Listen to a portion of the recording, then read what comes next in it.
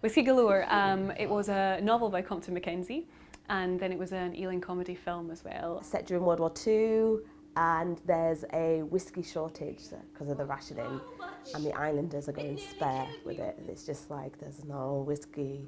And then a boat is shipwrecked really near them, and its cargo is lots and lots of cases of whiskey, thousands of cases. And it's a great hoolie about Scots outwitting the English, basically. I mean, not for the first time, and not it won't be the last time. They come up against the government telling them what they should be doing in this situation.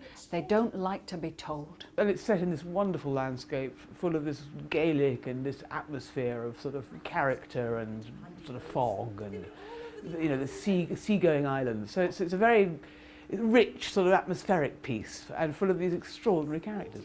It's such a well-known story, and as a Scot you're kind of brought up on Whisky Galore. It's just one of those amazing stories, and you just think the feisty islanders, they'll do things their own way. They don't really follow any rules, so to speak.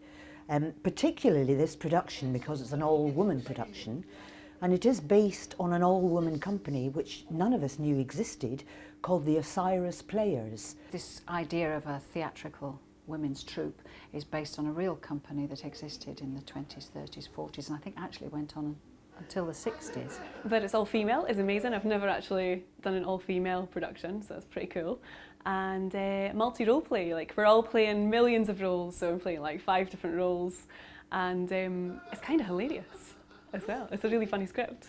It's a new adaptation, so it's not been done thus ever. This is a completely new attempt. Those who know the plot, drawn to how on earth we're going to do it on stage, crossing stretches of water, you know, old post office. It's so full of place and character on these 2 small islands in Scotland.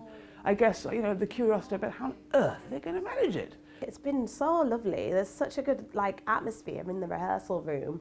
I don't know whether this comes from having an all-female cast as well. You know, not averse to the old man in life at all.